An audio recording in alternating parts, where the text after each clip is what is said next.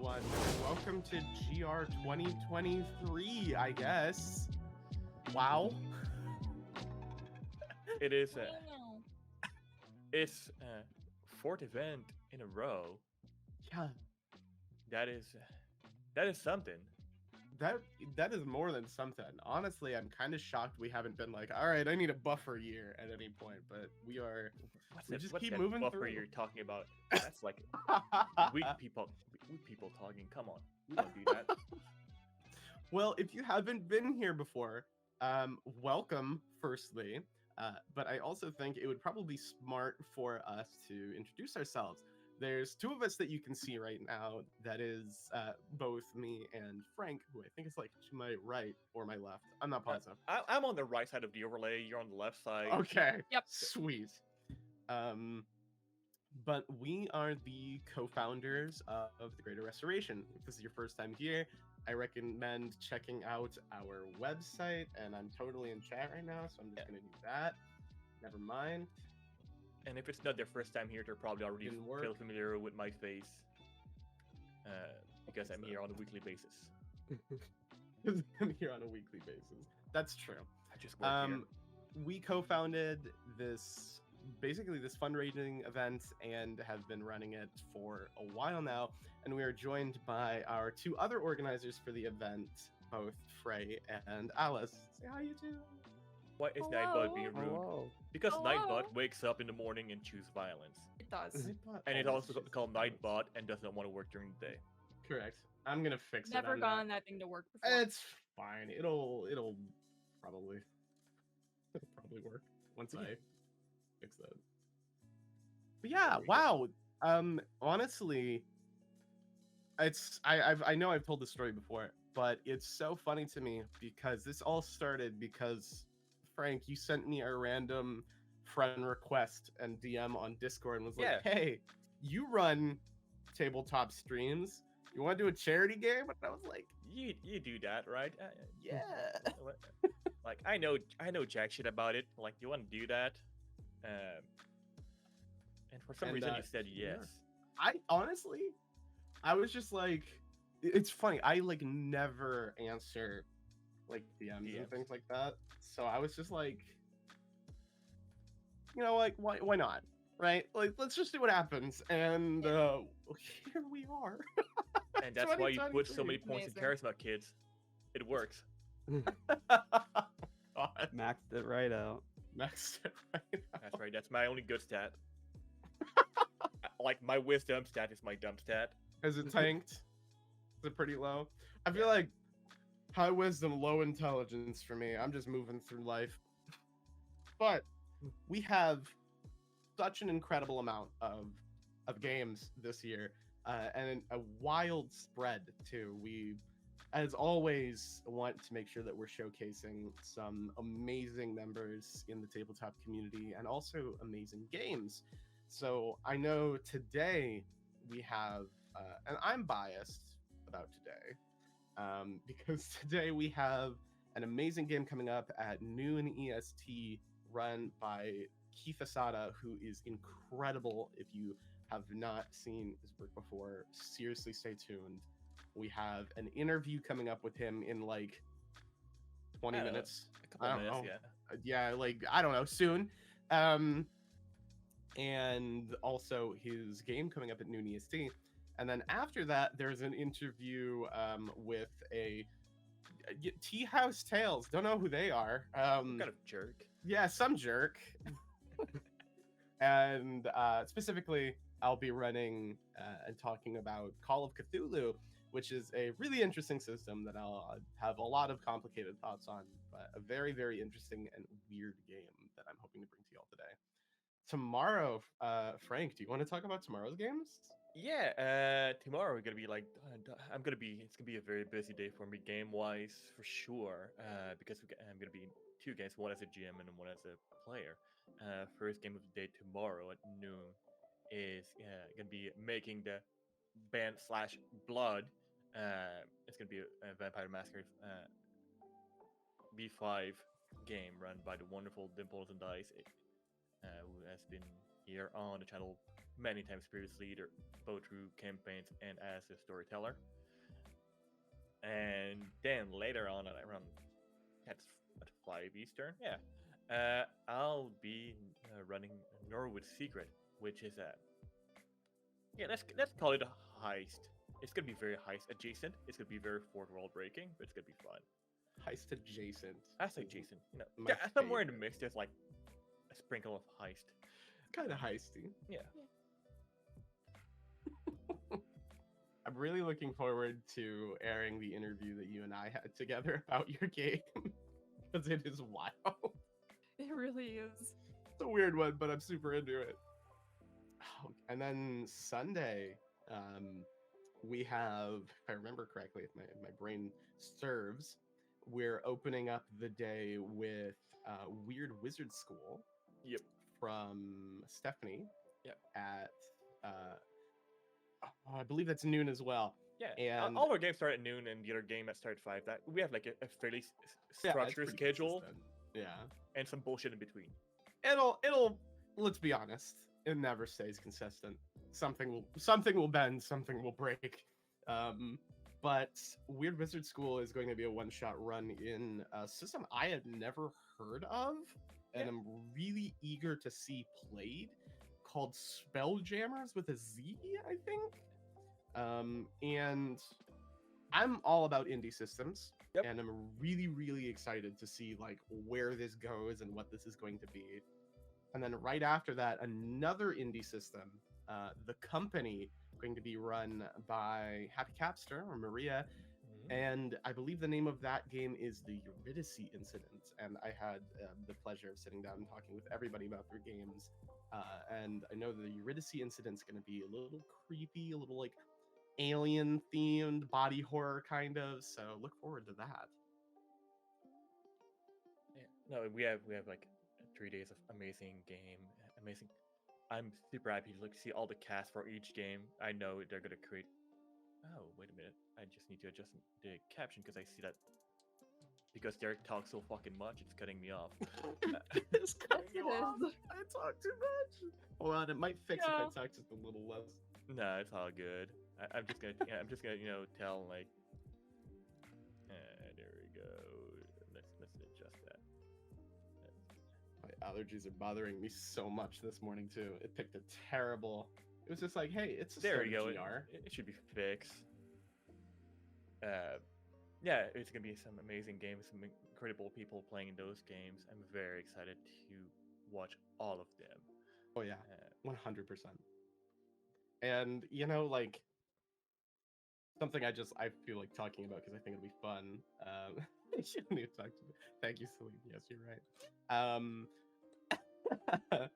But we actually had significantly like more ambitious plans for this event too. A lot of things that just ended up having to be like shelved and stuff. And still what we've ended up with this year, I think, is some of like the most put together GR has ever been. And I'm really, really proud of this. And I think I speak for basically all 4 of us when I say that we're really, really proud of this year's event and what we have in store for all of you and all of the ridiculous times that we're going to have together.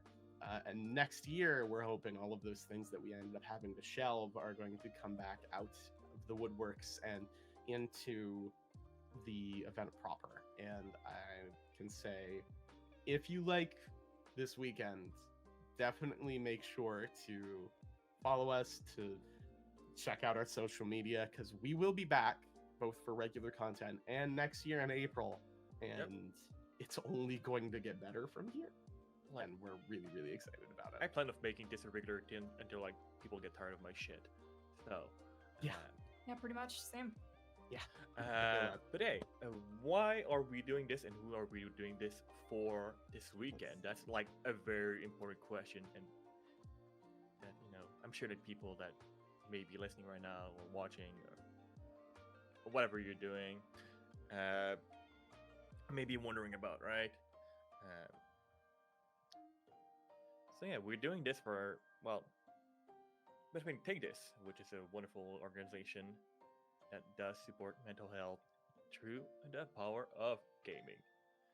because yes, games can help you through life. I know they did, especially like TTRPG for me, like did help a lot, and video games too. Like for many years, like people were just shitting on like medium like video games and not taking these serious, but like yeah, they can actually like help you go through when you go through certain things in your life. Uh, so yeah, let's talk about take this, right? Yeah. We do have a few like this, like because take this is We awesome. got- They do like provide us with like awesome talking points. They do. Because, And I just fixed the commands too. So it's hard, Celine. It's still early. It's fine. All This good. is how these things go. You Yeah. break things and then you go, oh, okay, and then you fix them and then everything's fine. Yeah, that's fine. We're just doing this So live. good. it works now, Celine. That's my Yeah, bad. So let's add it to the stream title. There you go. Donate like charity. There you go. People will know the three take this important command commands. works too. They both work. There you go. There's three, like there's donate, take this, and charity. Which let's do. There you go. Good. Only take this Perfect. one, Corm. Yeah. Take it away, Frank. Yeah, I've been like talking. So what make take this unique? Well, it was founded in 2012. 2012. Yeah, I can English good this morning. Thank fuck I'm not running a game. And Do you want to trade? 2012. There you go. It was the first mental health organization of its kind in the game industry. So yeah, they're pioneering that shit, which is awesome. It was initially started as a Tumblr blog. So yeah, some good side of Tumblr. Designed to build community and awareness about mental health, mental illness, and the video game community. Their mission is to decrease stigma because there's still, like to this day, a lot of stigma around mental health, and we need to talk about this shit. It's very important. Like it should not be taboo at all. Like it is something that affects so many people and may be impacting you without even your own knowledge. So yeah, talk about it and beat the stigma. And they do aim to increase support for mental health and the game enthusiast community inside and outside of the game industry as well. So far, they've worked with over 40 gaming studios and company, including a few big names like EA, Hyperable, Iron Galaxy, Wizard of the Coast, Facebook apparently, all right, and many more. And in 2014, they launched the AFK Room program, which helped to provide like safer place at convention and for attendees to relax and recharge. Because like I don't know about y'all, but like I had like my first convention in years this year when I went to the Island Expo for a HEMA demo. It was all thing considered like it's in PI, Canada, so it was a small-ish convention, but it was still a lot. And I know that for a lot of people, like having a little space where they can just go and relax and just recharge can make a big difference. Like not to break yourself with a con. So yeah, so far like the AFK room I've served over like 13,000 individual across 42 rooms at in-person and online events. So yeah, it's really good stuff. Yeah, they keep doing extremely amazing work, and I'm super happy that we're partnering up with them. They're an incredible organization that makes a huge impact that we're really, really happy and proud to be supporting this year, and really hope to help support in the future as well. And we strongly encourage you check them out at their website in chat and look into them just outside of the event as well. And remember that I just want to put something up front very, very clearly at the beginning of this event, is that all of the monies through the donation, which I'm going to through the donation link, if it works. Nope, it doesn't work. Let's try that one. There we go. I set up a ton of aliases and none of them work. all of the money that goes through that donate link there, through our Tiltify, goes straight to Take This. It's not, doesn't even go through us as a middleman. You know, the moment you like donate through that link, not only are you helping uplift GR and our campaign, but you are directly giving money to Take This to help support their mission in both the gaming and tabletop communities to really drive forward and help people struggling with mental illness and all sorts of other mental health challenges. It's a big deal. It really is a big thing. And when it comes to bits and subs and things through the channel, previously we had made an effort to donate those, but due to the amount that Twitch takes out, it ended up becoming a bit of an interesting balance. So Yeah. if you want to give to Take This, go directly Yeah. through that charity link. All of the bits and subs and everything aren't going to be donated this year. I really want to make that clear so that way you folks know where you need to go to give money to Take This. Yes, especially a few of our, full disclosure, a few of our giveaway are going to require some actual shipping. Yes. Which I do have things here. While we're talking about this, let's talk about like shit that we're going to be giving away, like, true. We've got a ton this year. Yeah, and I mean that's like, and we have a few like, yes, there are things. So many things. We like at some point, like later on, like after milestone, we do have some edge goodie from the wonderful Punkle Nix, aka MC Etching. You may already know him from the internet because he's your lovable himbo on the internet, and he was also a part of Ghost of Chaos, and he's also going to be later on, like this weekend on the channel for, I don't remember which game. I think it's the last one. Yeah, I believe he's in I do believe so. The final game 6, which is going to be really cool. But yeah, hopefully like camera and like lights are not going to be a bitch. But yeah, for people that follow our Implementable Wood campaign, despite the I'm sorry for that bunch of technical issue that we had for the past few games. Thankfully, the last one was actually pretty good.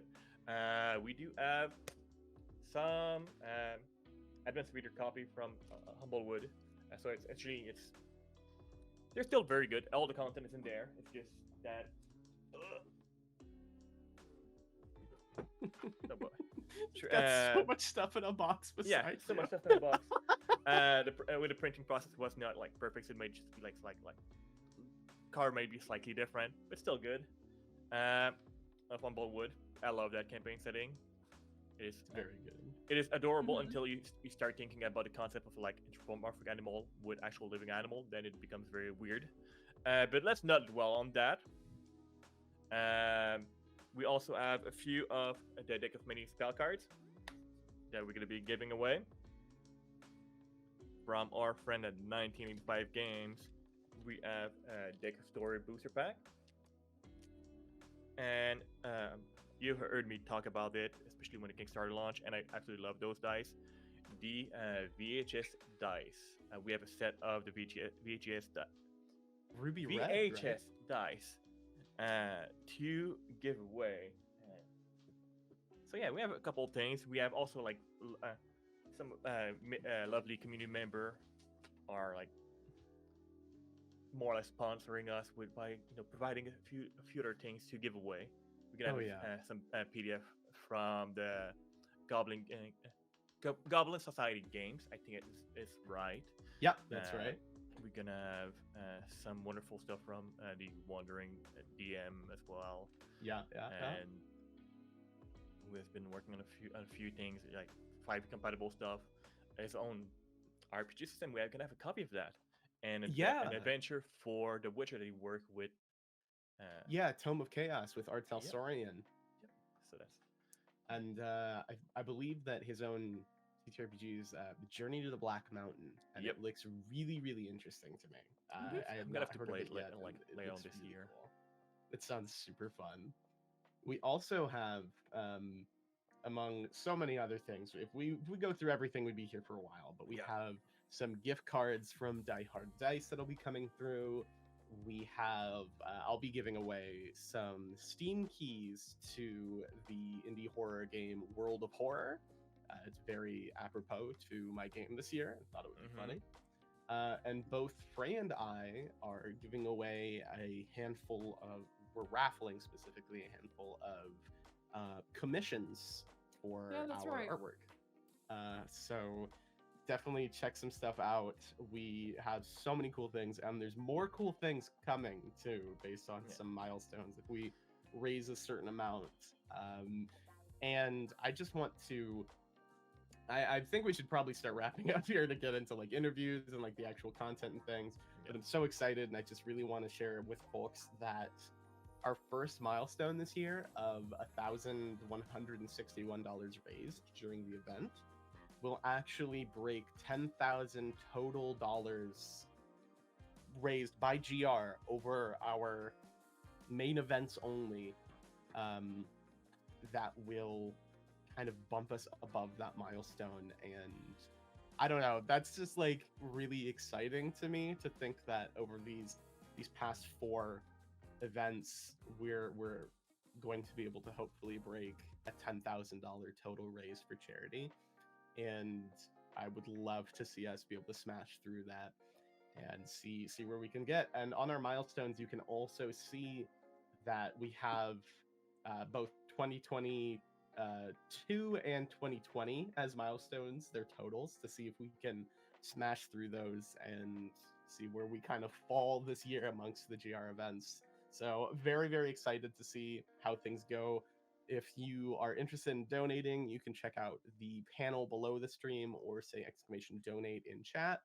And we'll be going pretty much all day today, pretty much all day tomorrow, and pretty much all day Sunday. So we have a lot of stuff to bring to you, a lot of really, really cool things going on. And I think that you'll all really, really like what we've put together this year. It's gonna be a fun, busy, chaotic weekend. I'm all in for it. You really will. It's gonna be wild. But I think we should probably think we've spoken as much as we can, and I think it's time for let the event speak for itself. Yep. So yeah, before we wrap this up and jump into the interview that Derek did with Key, any last word from either Alice, Frey? Because I know that Derek and I have been like talking way too fucking much. True. I'm used to it. God damn! All right. I just hope you enjoy the event. This morning. I just hope you enjoy the event and have some fun watching some great streams of some tabletops and some interviews. And thank you for coming out. Seriously, thank you so much, especially our early joiners. I am so happy that people actually come to these, because the fact that we're able to do something amazing like this every year is just so wonderful. And stay tuned. All right. Well, I guess we'll see y'all in a bit. In the meantime, well, enjoy the interview and see you soon. Back to another awesome interview where I'm going to be talking to the amazing Keith, who will be running Blades in the Dark for us in like, give or take, like an hour or so, like 45 minutes from now, I think. I do not have the schedule in front of me, but I'm really excited for this because Keith, you and I have like chatted a lot, and like throughout the years of GR, like you and I've been like, hey Keith, I'm really excited for a game. Can you send this over to Rafiki, or hey, could you send this over to us? And you and I have like never like actually sat down before together, so this is like, wow, I can see you now. Like there's more than text. This is fun. Like Right? with the little pre-show we did, like getting to know you, it's been fun. Likewise, I'm really excited to get to know you too, and I'm super excited to learn more about your game. I've been kind of like creeping on it, and everybody's honestly, and I'm super excited to see how it goes, and also really excited to see it in a bit here. You wanna talk a little bit about that? Kind of get some folks excited, see where we're going. Sure. The game system that I'm going to be using is Blades in the Dark, and the title of my game is Blood in the Water.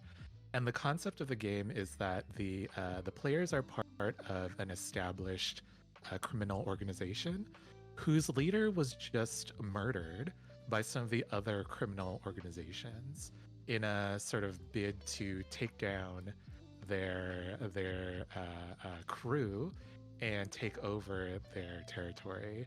And so it's sort of like a revenge story slash. No, that's pretty much it. Yeah, it's Just like a revenge story. I mean, revenge stories are awesome though. Like, Absolutely. there's almost a certain catharsis with stories like that, you know, where it's just like, oh wow, that feeling that you get from watching them is really unique. And I feel like with one shots like these, you should give your players a sort of emotional hook, like immediately. Yeah, And that allows them to build their character around that and get into the world easier.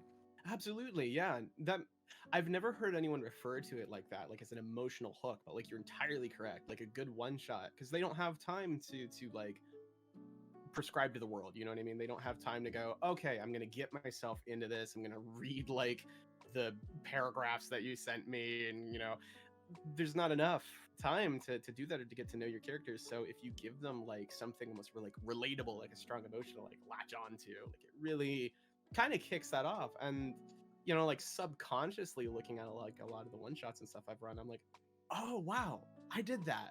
Like without ever consciously doing it. It's really fascinating. I gotta ask though, is there like a particular reason that you wanted to tell this story? Like, were you just like, we're gonna go with a revenge story, like a crime boss kind of like revenge story here, or was there like a particular thing that kicked it off for you? Not well. Okay, so Blades in the Dark is a little bit darker and a lot more gritty than some other systems. Like it delves into. There's a system called like stress, which you can spend over the course of a job in order to mitigate some harm that you would take to yourself, to your body, basically. And in order to recover that stress, you have to do things like indulge in drink or in, you know, brothel activities or gamble or, you know, steep yourself in worship, just like completely lose yourself. And that's sort of that's kind of the emotional wave that I feel like I'm getting from the system itself, and I kind Yeah. of wanted to like ping onto that because I feel like parts of these one shots is also like showcasing the system Yeah. that we're using too. And so if I'm able to like more explicitly express the game in such a short period of time, then that's a all the success. better. Yeah, Yeah. exactly. Yeah, no, that makes total sense to me. And you're right, Blades in the Dark definitely has this, it's got a vibe to it. You know what I mean? Like you said, there's definitely a certain atmosphere that the game brings about and really like flourishes when the DM goes, oh, okay, let's go with that. Like it's not, I mean, you can have a good ending, but it's never like a good ending, right? You know, there's no sunflowery field waiting at the end of a story that takes place in that system usually, and it's Right, especially because we're playing in the book ascribed setting, Duskfall, yeah, which is a world that's like post-apocalyptic and like the sun is shattered, like people are scraping resource together from yeah. you know the remnants of civilization, etc., etc. It's very much like have you played that fail better game called The Sunless Sea? Oh yeah, absolutely. It's Kind exactly of a like that. similar setting to that, yeah. And it's almost like you know, you tell stories in that, and it's almost like stories of a dying people in a dying world. You know what I mean? Like the last breaths, the last dying whispers of a civilization. I feel like even in that darkness, there's certain like sparks. Yeah, There's like absolutely. there's still hope. There's still like people struggling against it, and Yeah. I think it's in that like the real legends are told, or the real Yeah, stories are absolutely. told. I was talking in a separate interview with somebody about even in the darkest, grittiest campaigns and stories that you want to tell, you need to not be afraid to be funny. You need to Yeah. not be afraid to have moments of levity and things like that. Yeah. Because when you have, if everything is dark and gritty, then it's one note. But when you have these moments of joy and of laughter, camaraderie, jokes and things, it makes those moments where things leave, where that light kind of dies out again, where the sparks fade, all the more difficult. It makes those moments so much heavier to hit. So Right, yeah, and I think you're right. Yeah. I kind of want to make this like this murdered boss sort of like one of those sparks that was snuffed out too early. And in fact, don't tell them, but in our session 0, which we're yet to play, I will have them playing with their boss. Oh my god. Yeah, they might get the axe during the session 0. Oh my god, that's amazing. You might kill a character before the stream even starts. I thought I was gonna be like brutal. You got me on a whole nother level here. This is great. But then I know that they're like invested, right? Yeah, Like no. we just saw these people do this thing. Yeah. Oh my god, it's so much more. Like you send them, your boss has died, and here's how that happens. You know what I mean? Like there's so much more, like such a bigger hook when they watch it happen, and they're like, oh, shit. Okay, and like you said, experiencing that moment makes the revenge story like all the better. Like John Wick, as a movie would never have hit as hard if you didn't see the first 30 minutes. Like it's that moment where your characters go, okay, like, and that's it. It's literally all downhill from there. And so I love that you're doing that in the session 0, because I feel like that makes it almost like so much more impactful and interesting. I mean, really I cool. feel like session 0s, they should be sort of like the run up to, if you're doing like a Yeah. full campaign, like the full campaign, Yeah, absolutely. right? My favorite way to run them is kind of like just the first half is like just a round table. What's your expectations? Here's my expectation. Like you run that kind of thing of like generally just chatting and talking together, and then like the second half, and maybe it's like in a couple weeks, maybe it's literally right after, is like literally like a prequel. Like you Yeah. you run. Here's your character going through the original story, and I love splitting people into groups too. So I'll like run like 2 or 3, and they meet and go through some of their backstory together and stuff like that. And then I run the other group, and then I make them converge. And that, like, I don't know, like when the game actually starts, everyone knows what they're doing so much better. And especially for like streamed content, it makes it a lot more personal, because like you don't have to show them any of that. You know what I mean? You just they see session 1, but everybody that's playing is already so accustomed to like, okay, so here's how it's gonna go, here's what I sound like, like it grounds everything for the people behind the screen. So Yeah, I agree. And when you split like the players like that, what I've noticed in my players is that when you split them into like 2 or 3 yeah, player groups, like those groups become like friends, basically. yeah, And then when they come together, like they're already, I don't want to call them like cliques, because they're not like sure, vying against each other, right, but they're already like established connections yeah, between the characters from that session 0. exactly.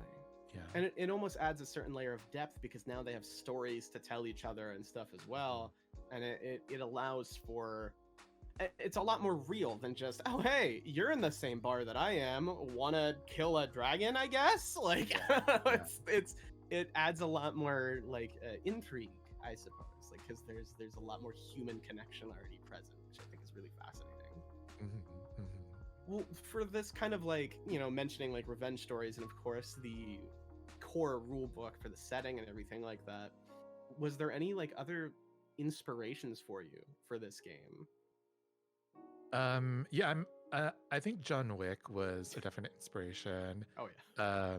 Yeah, there are like certain other uh there's certain other like Japanese movies that the titles don't come to mind, but they're very much like the samurai who's like looking for revenge. And Oh yeah. yeah, like there are a ton of other stories like that sort of like fueled this scenario. Yeah. And I was curious to see what this would look like in like the fallen steampunk world of Yeah. Duskwall. Yeah. That's such an interesting thing to me too, because like looking at a lot of the games for this year's GR for 2023, there's a lot of folks and GMs and storytellers, myself included, where we were just like, I had this thought in my mind, and I was like, how would it work in a tabletop system, especially like this one or this setting? And like I'm super into it because it feels like everyone's just like really inspired to just be like, I wonder what would happen. And like, so do I wonder what would happen for a revenge John Wicky kind of crime boss movie set in like a steampunk dying world. I'm like, that sounds badass. What? Okay. So like I'm super into just kind of how many of us are like experimenting with things this year. And Yeah, I'm- exactly. Can I ask what your Oh, yeah, like absolutely. synopsis is? Yeah. So I think, oh god, I have to test my brain. I honestly think my game and interview is like right after yours. I'm trying to remember the schedule in my head. I think I'm in like an hour after your game, so I think technically like 4 hours from when this interview is currently going on, I'll be playing. But I'm running a Call of Cthulhu horror game that's Ooh. inspired by found footage, because I was like, how would found footage work in like a tabletop setting? Like, how could I make that happen?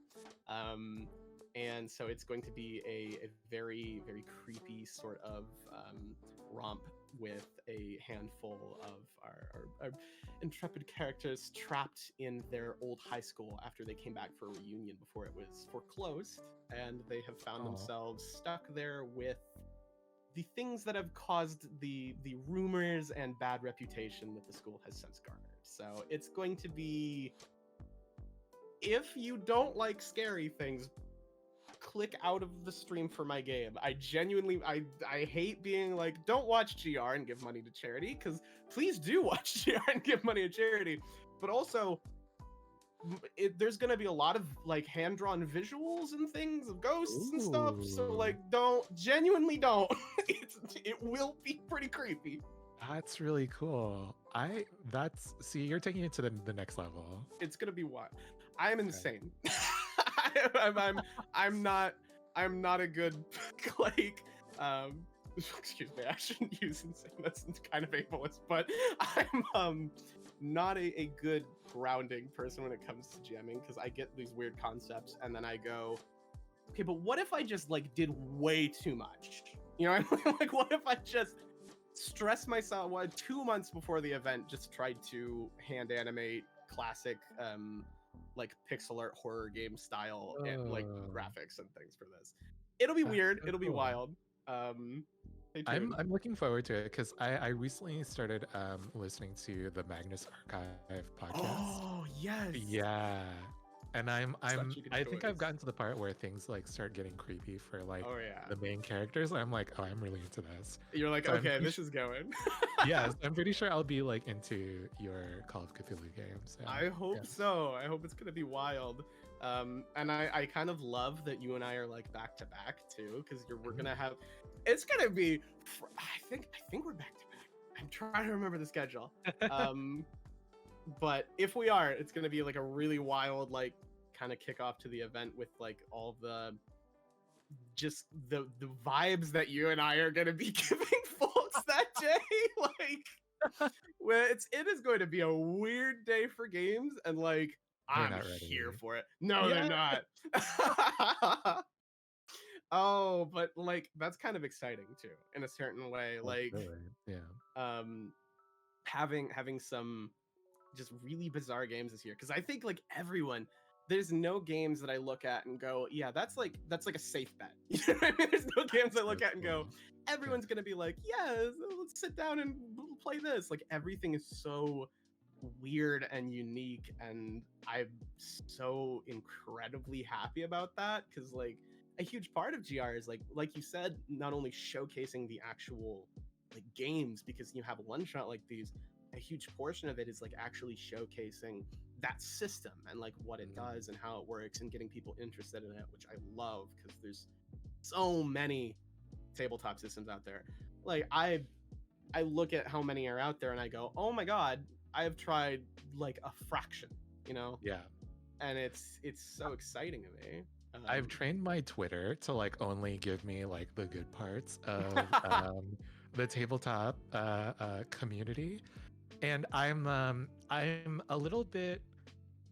I don't want to say like disappointed because I know that GR is gonna like be on next year, and I can just. But there's a game called like All the Witches or something like that. Yeah. That was just released like after. Oh. Yeah, after GR was announced, and I'm like, oh my god, this looks really fun. And there have been like other game systems that I've really wanted to try after that. And I'm like, okay, just save it for next year. It'll be fine. Oh my god, okay, so this is one of my later questions, but this is perfect. I want to jump straight into this now. I'm just gonna completely side go towards one of my favorite questions that I rarely get to ask folks, which is like, was this Blades in the Dark game like your first idea? Was this like, okay, yes, I'm doing this, and kind of went with it? Or did you have some like other ideas that you didn't move forward with, or other things that you're like, okay, maybe next year I'll do that? So perfect segue into that. So part of it was like the narrative that I was going for was the revenge story, and I was like, okay, what system would work best with this? And of the ones I had at hand at the moment, Blades in the Dark it felt like a right fit. Yeah. But also like I run an indie tabletop like show on Twitch on Total Party Chill, and I was also at the time very much like involved in scheduling like different games throughout the year. So I was also like, okay, what do I not need to learn right now? And what can I just like so easily just pick up and just like people how to play, basically. Pick up and run it, Yeah, and so like all of those factors kind of like led me to Blades in the Dark, which is still like a great game after like how long is it, like 10 plus years? Yeah, it's been out for a while. I feel like it's only, I don't want to say recently, but I feel like I've seen a lot more of it since the pandemic started. Like I feel like I heard about it every now and then I feel like it like exploded these past like 3 years all of a sudden. I don't know. Is that like, have you noticed? No, that I as think well? you're right. I think like the genesis from 5e has kind of led people to other games like Blades in the Dark. Yeah. And honestly, like Blades is really similar to 5e in a lot of ways. It's like a really interesting like not only the setting, like you said, that comes based with it, but like the mechanics that it has. It feels familiar enough while still being like really unique, especially for those like grittier, harder campaigns, which there's a lot of folks that love running stuff like that. It's super. That's totally true. I didn't even think about it as being like the genesis from 5e, which seems to have only intensified since the OGL. We could have a whole podcast about that. Like we'd be here all day. I got strong opinions. And I'm sure you do as well, given like running an indie stream and everything like that. There's probably a lot of thoughts that you've got going on about that whole situation. Yeah, we could dive into it if you want. I mean, why not? Let's talk about it for a little bit. Yeah, I've got like a list of questions, and I will throw half of them out. Yeah, I mean, like 5e has always been there, you know. Yeah. Like that's kind of like what I cut my teeth on. That's like when I used to live closer to my brother, we used to go to like a game shop together and like play D&D together, which was like so fun. Yeah. And it was like a bonding moment between us. So like I will always have like a soft spot for Dungeons and Dragons. But I feel like more recently they've been making like a lot of like weird missteps, Yeah. like with the, just like a lot of calling like races certain Yeah, things. like and with the oh Ken- god, what was the Kendozi, was that? yeah, like the Hadazi. I'm trying to remember the source book's name. Oh yeah, It's Star. it's Planescape or not Planescape. It's the Spelljammer kind of thing. Like it was Alright, the and they added that race to it, and it was like it was such a weird thing because it was like horribly obvious, you know, like Yeah. there was no like maybe this was on accident or something. Like it was bad, and their excuse was like, oh, you know, our quality control wasn't good enough, which okay, sure, but you also fired like all of your sensitivity consultants like 4 months ago. So like what happened? You know what I mean? Like right. such a weird one. And even in like the Curse of Strahd, there were like I think there was a people called the Mongrel folk, and I'm like, Yeah. that's really like You know, did no one read this? right. And like Curse of Strahd, you know, it is an earlier 5e book, but it's like Yeah, it doesn't matter. Like it wasn't okay then. You know what I mean? Like it wasn't okay when that came out. you rewrote a lot of stuff from that. Yeah, Yeah. It's really wild to me. And you're right too. Like it hasn't just been like one or two things. It's been over these past like I don't know 4 or so years. It's just been a large series of missteps. They're kind of tripping over themselves in a certain fashion. And I I agree. Like I just wrapped up a 7-year long campaign nice. in 5th edition, and although the memories and stories and everything that we told there are intrinsically detached in certain fashions from the system, I'm always going to have like a soft spot for it. It's always going to be a system that I really enjoyed playing and had those memories and stuff in. But it's also like it's hard to want to keep engaged, like actively playing it. Like I mean, I guess if you play any system for 7 years straight through a campaign, you're gonna go, okay, I'm done with this one for now. Yeah. But I think it was made, at least for me, like all the more as I just continuously watched things happen. I'm like, guys, what are you doing? And I mean, like the indie game scene is like really flourishing right now. Yeah. There's so many like great ideas and like great systems. Like I'm currently trying to write a game in the Caltrop system, which only Ooh. uses D4s. Yeah. And like kind of like you wrapping my mind around that and maybe like distilling things down to maybe just like 4 stats. Yeah. Or just like 4 things. That's been like a really interesting sort of exercise. I kind of compare it to poetry, where 5e is more like prose, right? Right. Where in some of the like you get to like the 1-pagers, you're like trying to limit the stats, and it's almost like writing a haiku. You're like imposing limitations on yourself to try to create something fun and beautiful in a much more condensed fashion. I think that's really fascinating. Exactly. And like Printweaver like has you getting your stats from your fingerprints and abilities and your equipment too, and there's just so many great ideas. And like there's with like you mentioned, like the Genesis from 5e, there's plenty of indie systems coming out lately too that are a lot more like traditional in some sort of sense, where it's like you kind of know what you're getting. There's some unique concepts, but generally it'll play similar to most systems that folks will be familiar with. And there's something to be said for that as well, given like accessibility and things like that. But there's also some games that are like just incredibly unique, and to see these ideas start to come out, whereas in like 5 years ago something like this would release and sort of almost like die in the water. Like it would hit, and like I feel like we're at a certain era now where these things have a foothold, and it's so exciting to see all of these different systems and games and all of these different creators really come out and show their creativity and ideas. And I mean, I'm always been a fan of like indie things over bigger companies. As a person, I've always just morally been like a lot more into that. So I'm like, I'm here. Keep them coming. Keep releasing them. You know what? I'll release one too. Let's do it together. It's like I'm Yeah. so into it. Well, thanks for talking about that with me. That's like, I really like your like perspective on that as well, because I feel like a lot of people are really focused on some of the bigger things happening in the 5th edition world, of course, with like the OGL hitting, and then of course like with the movie coming out, a lot of people are kind of like shifting focus over there.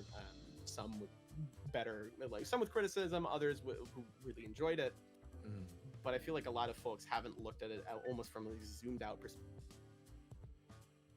Hello everyone, and watch us, as well as things like Critical Role or Brennan Lee Mulligan as he goes through any of his adventures and go, wow, I want to do that. And you know, of course, we're always like, don't, we are performers. You know what I mean? Like, play the game, don't emulate us. Like, get inspiration, but don't, you be your own you. You'll love it. So I've been asking everybody that I can for these interviews and stuff, do you have any tips for some of those storytellers that are out there watching right now and being like, wow, I want to try this out for myself? Sure. So I came into GMing from a writing background. So I found that a lot of those tips from there apply to GMing as well. And so I would really look at the overarching story you want to tell and create sort of a theme for yourself. Like every season so far that I've run of my games, I've given my players a certain theme and they've built their characters around that, and this season is like revolving around that. For example, last season we played a hack of Blades in the Dark, where basically everyone is like a magical cowboy, basically. Ooh. Like a Weird West kind of thing. Yeah, exactly. And the theme for that season was light in the darkness, or like hope in despair, basically. And so they all played like one family who were all like trying to band together to like save the farm kind of thing.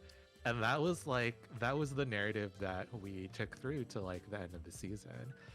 So there's a lot of like I feel like the GM is there to give the vibe, and then to kind of allow the players to guide them to a specific plot or story that follows that vibe.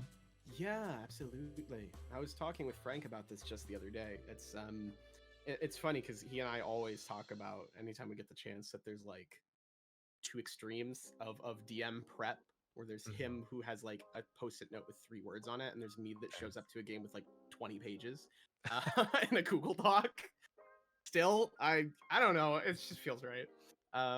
But it's really interesting because we were discussing like when you're writing like an overarching story and stuff like that, like you don't want like one end goal in mind. Like, have ideas for where you want the story to go.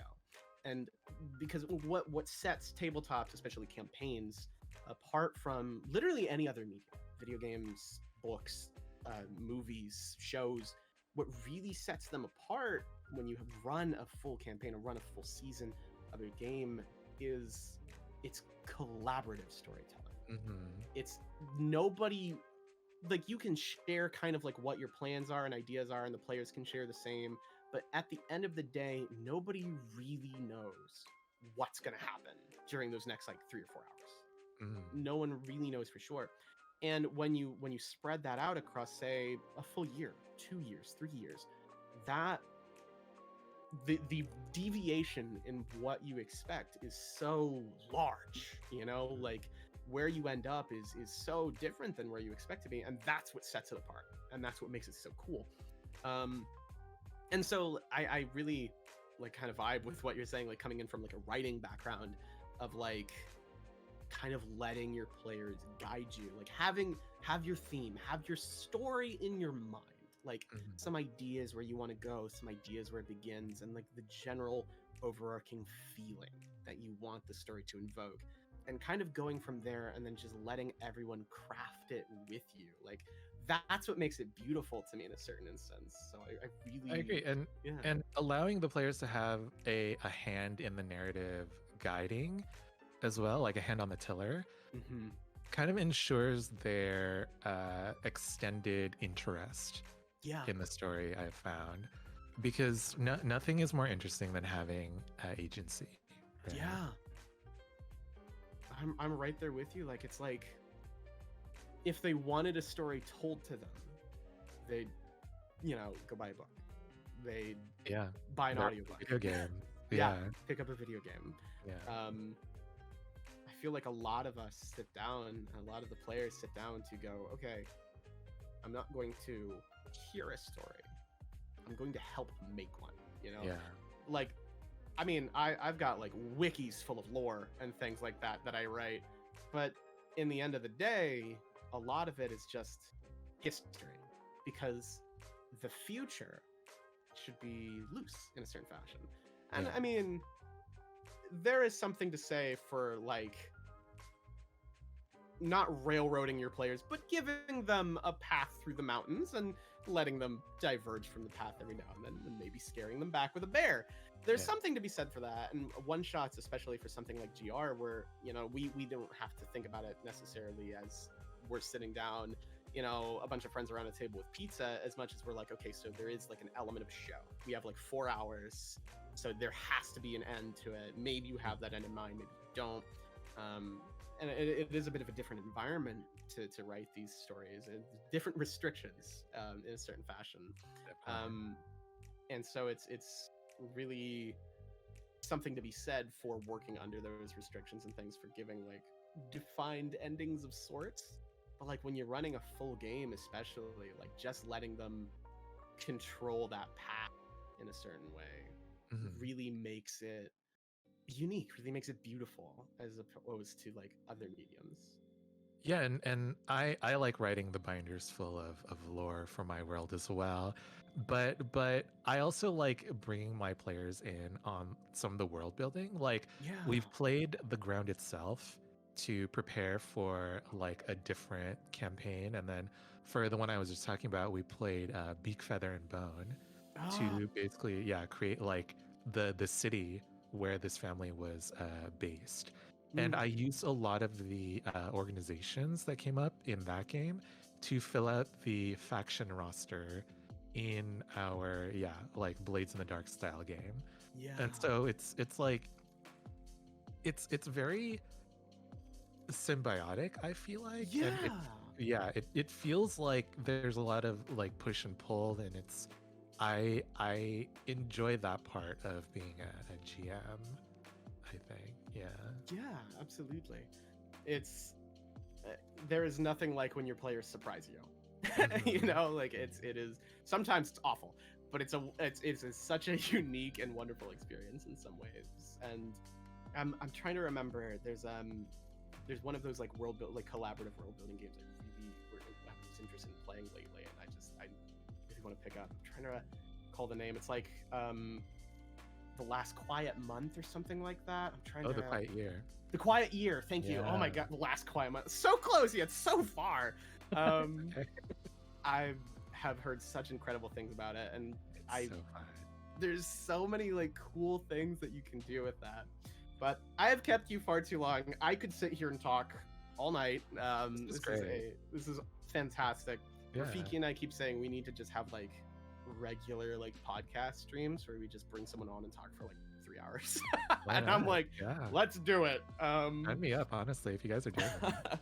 I will call you because Yeah. this has been amazing, and I'm so happy that I got the chance to sit down and chat with you, because this has Me been too. such a like awesome like first time to actually talk. Like what a unique setting this has been. There's been a few GMs where it's like I've moved around them a lot, and now I'm like, yeah, I get to sit down and talk with you. And it's been like so exciting to hear about all these different games, and just also hear your perspective and a lot of the stuff going on in the community and things right now. So thanks so much for sitting down with me. Yeah, of But- course.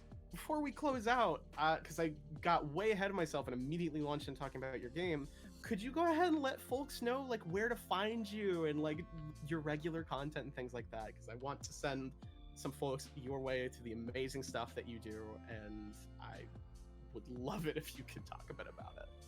Thank you. Yeah, I'm Keith, and you can find me on Twitch at Total Party Chill. We're actually coming out with a pre-recorded Blades game soon, so look out for that. But on Mondays, I usually run an all indie Twitch show that you can come and watch. Currently, our season is we're doing Wander Home with a bunch of guests. Yeah, so come in and check that. It's very fun, very funny season. And I also publish games. You can find me. You can find a solo journaling game that I publish called The Wandering Lake over on my page, keithasada.itch.io. But also, I'm coming out with a new game, a competitive map drawing game called The Boundless Library, and that is being published through the Far Horizons co-op. And you can find them on itch.io as well. So yeah, lots of things on the horizon. It's really exciting. I love to hear about that. Actually, didn't you, now that I think about it, did you run Wander Home last year, GR? No, I think last year, It feels like so long ago.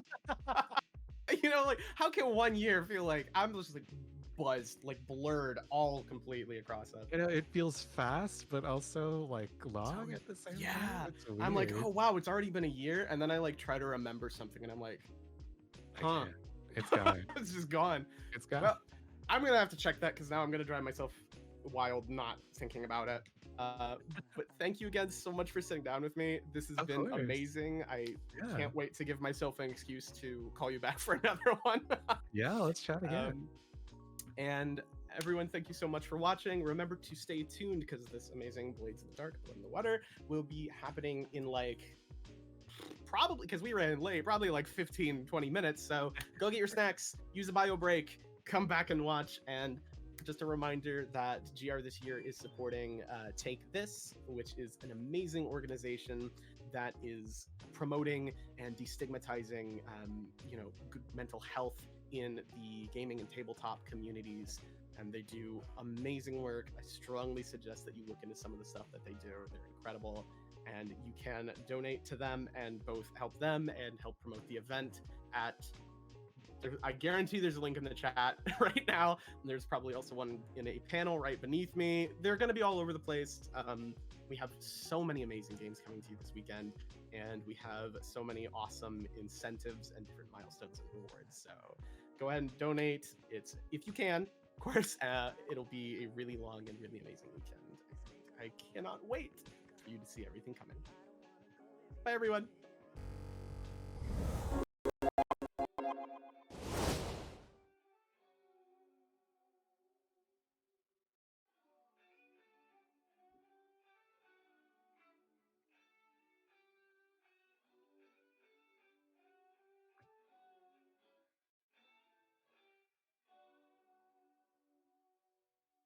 All right, I think I'm good to go.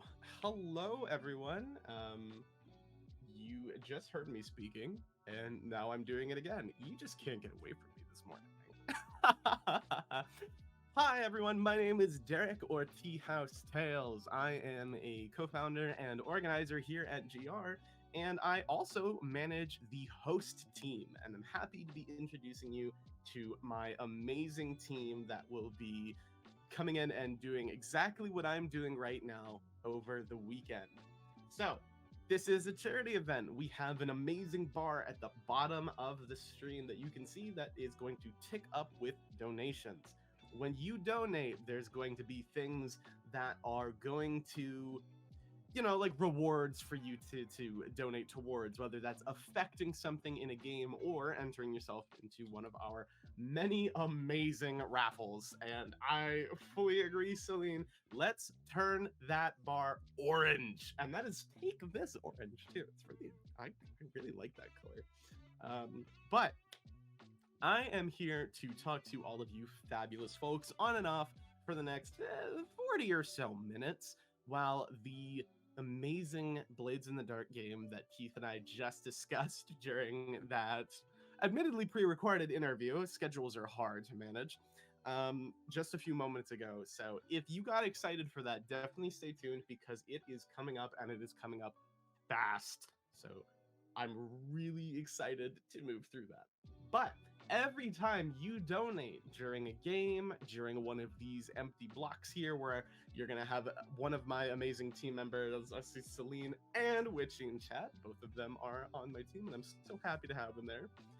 We'll be reading your donations live on stream, both your messages and your name, calling you out, saying, yeah, thank you so much, and all sorts of amazing other things. We've got a lot to talk about and a lot to do, but we've only got 40 minutes to do it. So I will be here with you and we will get you ready. So the first thing I want to do real quick though is just read a little bit about the upcoming game, Blades in the Dark with Keith, or the name Blood in the Water. Specifically, the game is about a criminal crew named Them hunts down the people responsible for killing their late boss, Damien Harlow. Can they carry out the perfect revenge in the middle of a fancy party, or will their quarry get away? Join us for Blood in the Water, a Blades in the Dark revenge story that will keep you on the edge of your seat. And that, again, is in 40 minutes from now at noon EST. So stay tuned. It's going to be really, really cool. I'm super excited for it. We also already have a donation. Wow. I wonder who that could be from. It's a $20 donation from TeahouseTales. So let's kick this event off, y'all. We can't wait for you to see how amazing the games are this year. Less than 3. And it's true. I'm so excited. So take some time right now while we're going. Actually, Celine just beat me to it. Take some time. You know, take a bio break, get some snacks, get some water, prepare yourself. I know I'm running on some breakfast right now, and you can bet that as soon as the game starts, I'm prepping myself some caffeine, and we are just going to roll through. I don't believe there are any specific incentives for the Blades in the Dark game that's coming up, but that just means you can put your donations towards some amazing like raffles, some giveaways that we're doing. For instance, we have those amazing ruby red VHS dice that Rafiki showed just earlier this morning. So you can donate for a chance to win that set of dice from 1985 games. The last set of VHS-themed sharp-edge resin dice you'll ever need.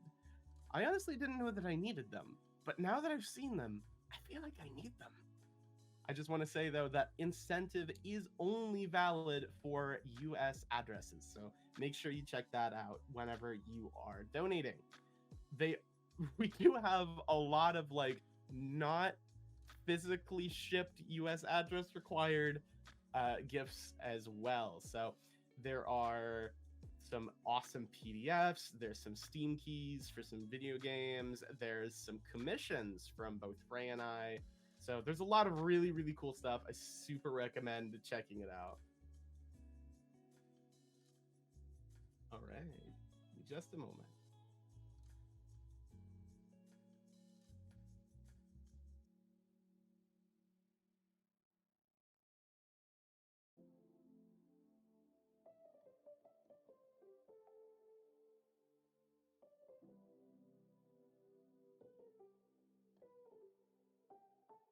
You know, after talking about those dice, I just want to give a quick shout out today to 1985 Games. 1985 Games was started by a group of players looking for a better way to game in real time, without having to break the action to draw every tree on the map. Check out their amazing VHS dice and so much more at their online store by using GR's affiliate link below the stream. It's super, super cool. We've got it twice in chat. Let's go. And we are so very happy to be sponsored by them, and I think y'all will really like some of the stuff they have.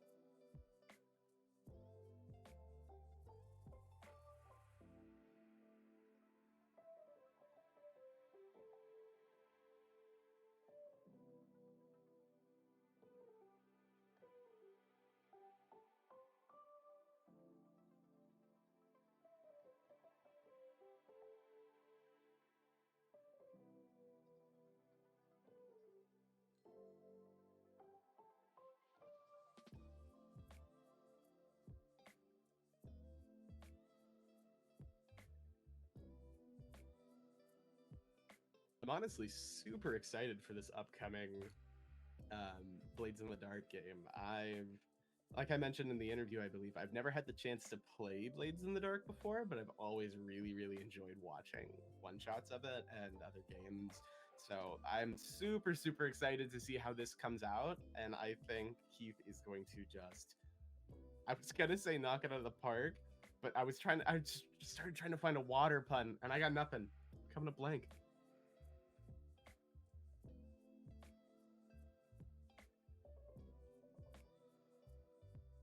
Oh, you know what would make me really happy? Whenever y'all are donating during this Blades in the Dark game, I would love to hear some water puns, like just like some random like blood in the water kind of themed puns. Like just toss some of those in your messages. It would make me so happy to see those come through. I want to start a pun war.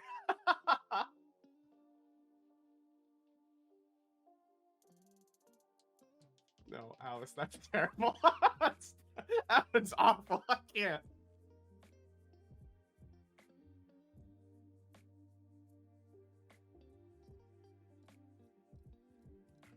I regret everything. I'm not gonna read any of the ones in chat. You have to donate. You have to donate to get me reading it. That's how it is. It's the only fair.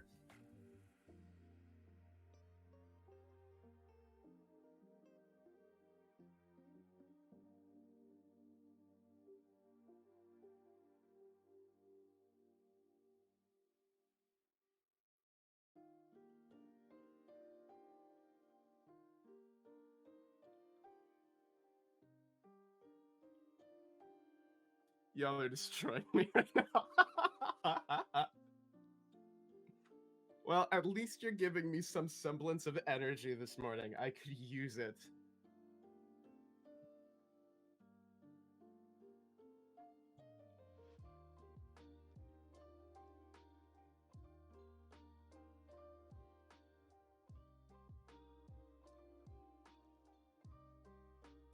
Well, if you don't achieve breaking me during this shift, I've got 2 more this weekend, so you'll find time, I'm sure.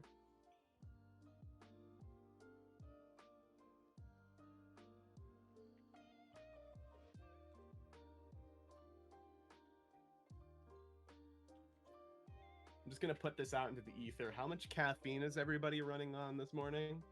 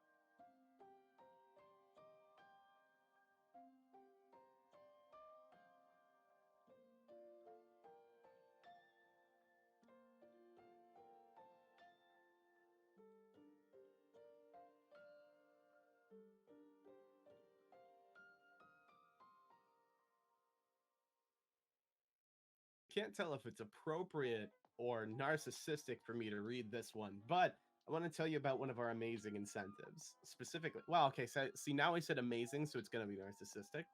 But you can donate to win a pixel art sprite commission from TeahouseTales, me.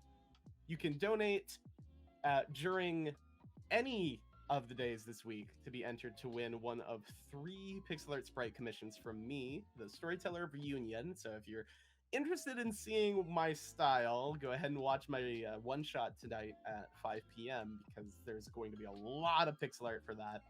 I've done a ton of custom work for it, and I really, really love pixel art and hope that y'all are interested in donating towards it. It's I believe, I think it's a $25 minimum donation, and I would love, love, love, love to see what some of you folks come up with.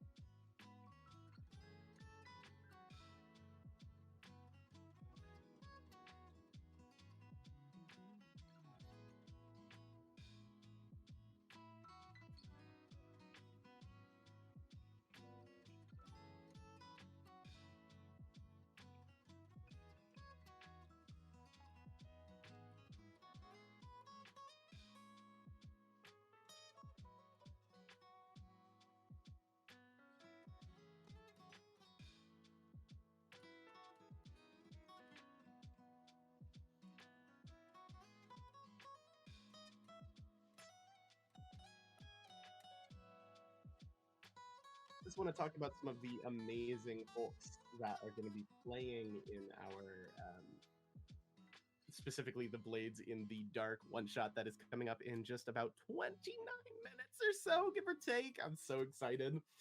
We have Insane Kitty 32. We have That Gamer Share. We have Raven with 2 V's and a Y. We have Glass Flippers, and we have Strike Red Kite, I believe.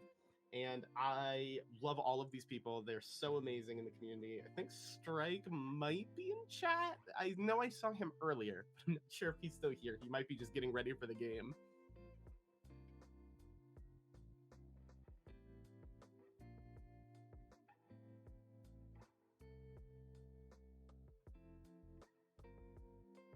Celine is able to confirm all things.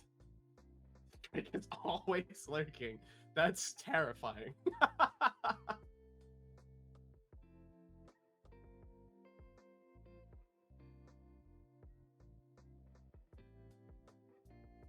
Granted, so am I this weekend at the very least. I will be in chat probably like 24/7 pretty much. And just want to remind everyone that we're starting GR at 10 a.m. EST every day, Friday, Saturday, Sunday. And we will be ending at about 10 p.m. EST, Friday, Saturday, Sunday as well. So GR is a 36-hour long thing this year.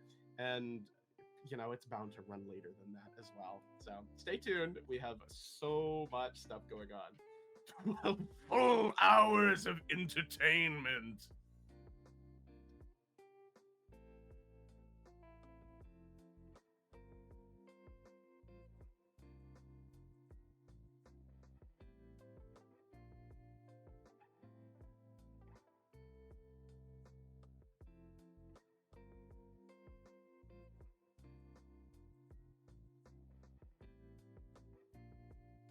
How dare you bring that up in front of me, Witchy?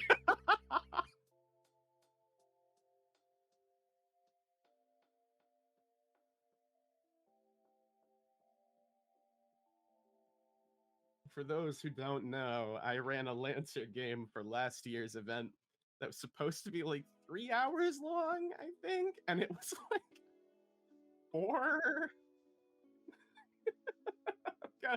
I've got Frank somewhere in the distance, and he just says, "Yeah, it was way too long." Well, the good news is Reunion, my Call of Cthulhu one shot today, has a hard time limit on it built into the game. So it's gonna end one way or the other.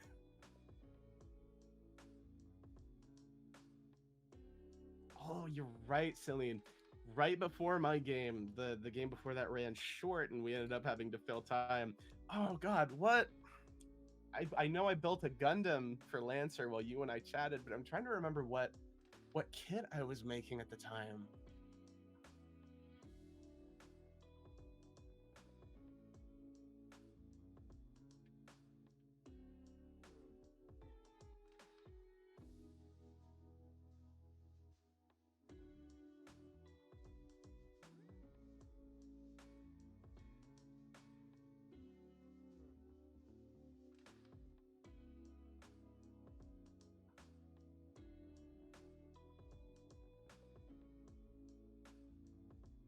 Here's something I'm going to hear from all of you folks too throughout the week.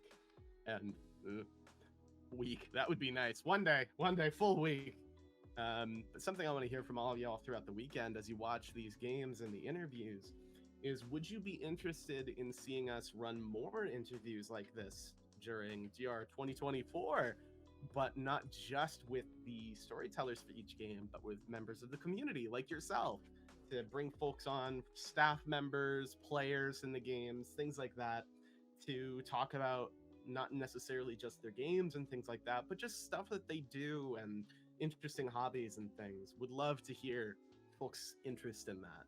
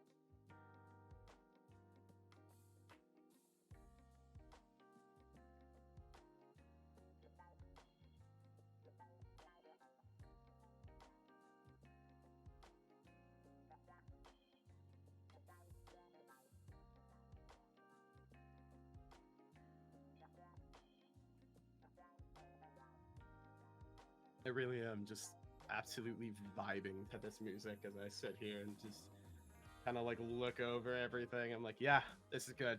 I'm into this.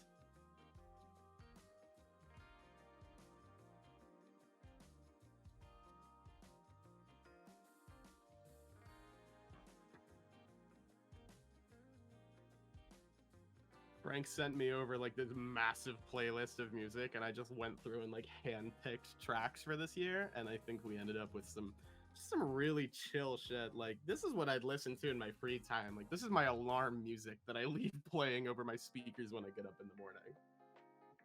It's good stuff.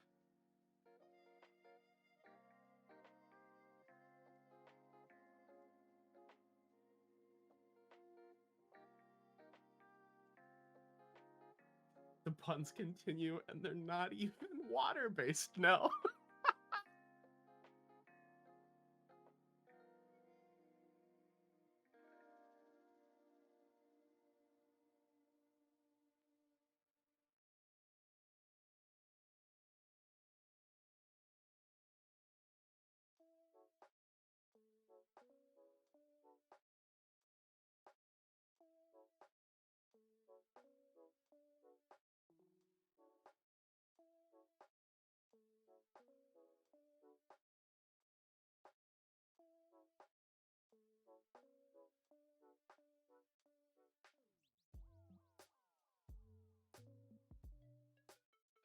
I did know what I was doing, I confess.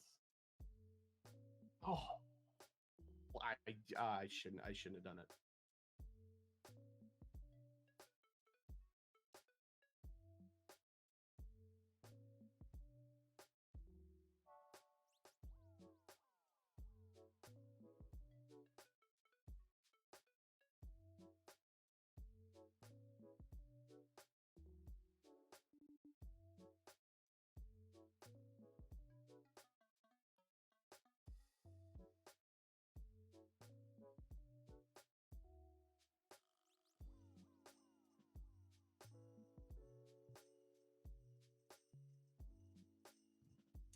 Y'all gotta put some of these in donations. I'll read them too. Don't test me. I will read these out loud no matter how much they make me groan.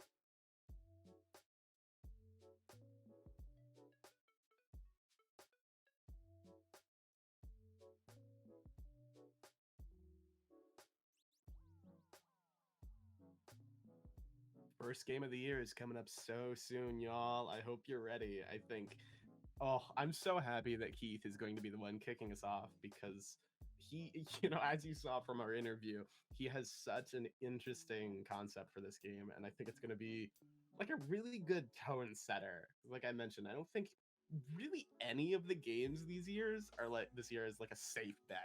Like none of them are like, oh yeah, like I've seen some one shots like that before. All of these games are so unique and so bizarre and exciting. And I genuinely think each one of them is going to bring such a wildly different like atmosphere and vibe that we've not really had on the channel before and that you really can't see elsewhere. So stay tuned because I think things are going to get gritty and fascinating in the next like 10 minutes or so. In fact, I don't think I have too much time left with y'all, but that's okay. If you get your donations in now, I'll read them ASAP as soon as we can before the game. But if you can't, just feel free to donate during the game, the whole stream. Your donation will be read eventually. This is far from the first host block, and we will be having so many more coming up. Celine, thank you so much for asking that question. I'm actually going to go grab those real quick for y'all right now before the game starts.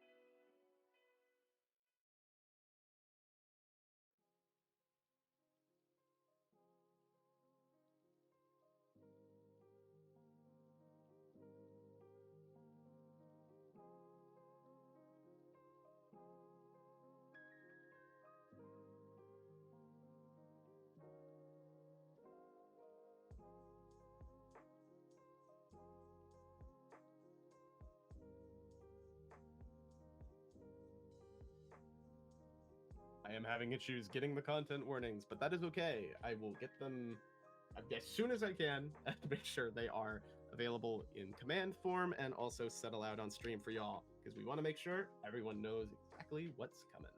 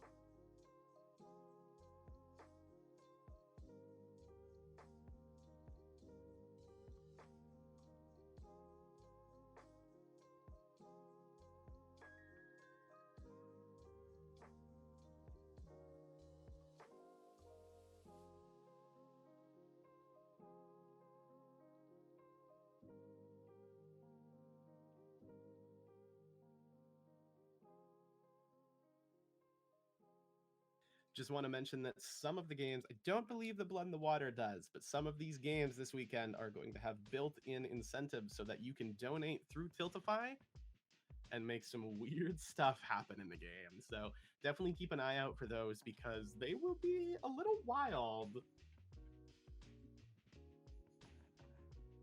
I know that Norwood Secret, Frank's game, tomorrow afternoon, tomorrow at 5 p.m., has some really interesting incentives. Like you can just create a new villain to now be plaguing the party for like a donation incentive, and that's wild to me.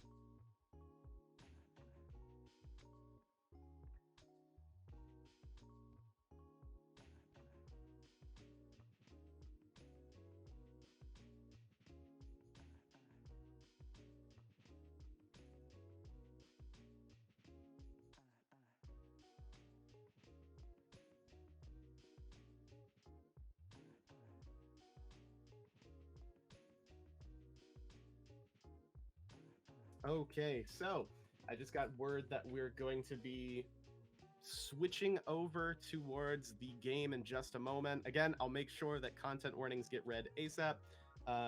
Frank, if you can hear me in the distance, send me the content warnings. I will read them. Otherwise, I just want to let y'all know that, again, I've been TeahouseTales, or Derek, you'll see a lot of me today and a lot of me throughout the weekend. So stay tuned. We have some amazing hosts of my team that are going to be coming in and doing this later today as well. And I'm really just so excited to be here at GR 2023. Like, this is... it's happening! I'm going to grab myself some caffeine and some food, and I'll be watching for y'all's donations, and can't wait to see everything come through. Talk to you soon, everyone!